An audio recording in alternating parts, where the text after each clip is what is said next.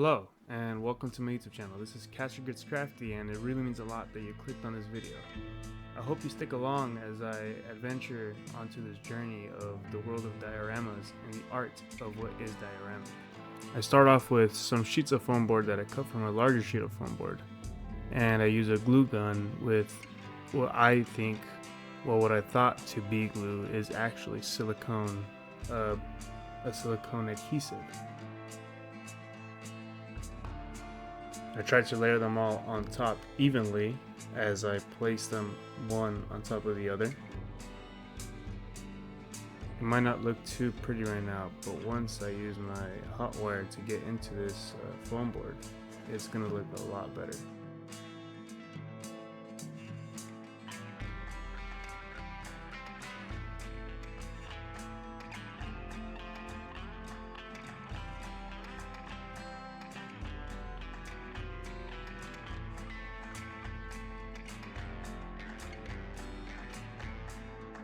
After this, I tried to use my utility craft knife to try to cut some rock faces into the vertical area of the foam board, and also make a little insert so I can kind of show the area where I will be displaying most of the miniatures.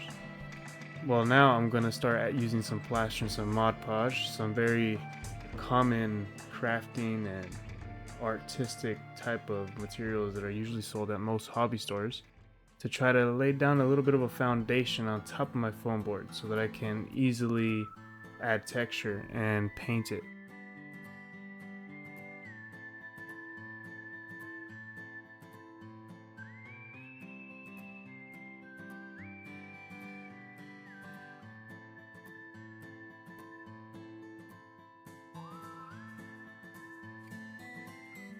I did get a bit messy with the plaster, but I mean, it is my first time doing diorama. It is different from my usual workstation, which is usually digital.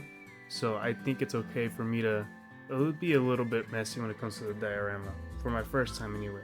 But practice does make perfect, so I will eventually increase my skill level when it comes to diorama.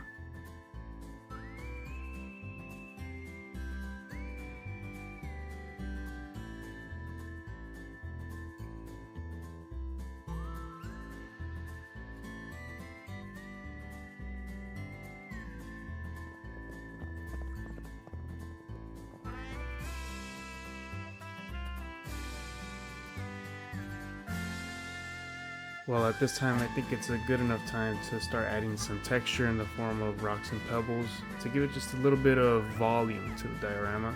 I see most people in some channels actually do this most of the time, and I found a very kind of strong way to keep these rocks and pebbles in place, which I'll explain later.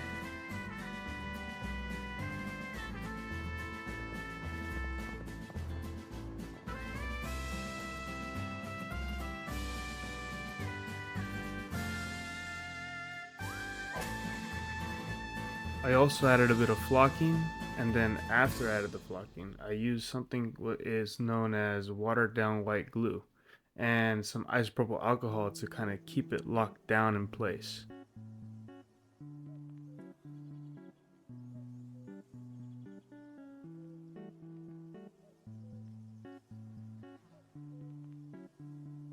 Now I'll probably take this outside to prime, and then I'll start working on the figures. The figures I'll be working with mostly will be Western figures, because I am building a world based off of steampunk Western civilization, which is also based off a book that I'm writing with a few of my colleagues. The main hero of what I would consider my world is actually the same hero I have in my book, which is similar to a lone ranger who has his Apache friend to help him and get across some struggles as he traverses this new adventure that he's going to encounter on. I primed the figures outside as well, and once they dried, I began to paint them. In this scene, we're going to have some bandits who basically have two Indians surrendered and another Indian woman who is trying to get the bandits to leave.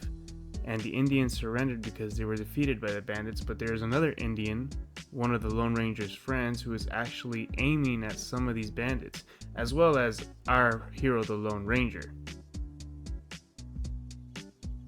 The reason for the Indians wanting to protect this area is because there's an actual spaceship that I 3D printed placed right that crash landed on top of their sacred area. I decided to paint the spaceship black because I am a huge fan of Marvel, and whenever I thought about this spaceship crash landing on this Western civilization, I imagined it to be a little bit similar to Venom. So that's why I added a bit of plaster also on top of the spaceship to kind of give it a little veiny sort of look to it as well. While I was painting, my camera actually ran out of battery and I didn't realize, and I had already had finished painting and dry brushing the actual mountain faces and everything, as well as the actual base as well. I began to glue on some of the figures since it was pretty much done at this point. And pretty much I hope you like the video, and I hope you subscribe and like the video and continue to watch the more videos that I'll be posting as well in the area of Diorama, and keep a lookout for when I start posting some actual animations about the stories I'm telling in this Diorama world as well. Well, I hope you continue to watch my future videos. I'll be posting regularly, usually maybe hopefully 2 times a week. I hope you subscribe and like my video because it'll really help me out, possibly get more materials, also help me to maybe make a little bit of get a camera, maybe get another resin printer, maybe get another 3D printer, and hopefully help me push my goals for this book and this story I'm trying to build.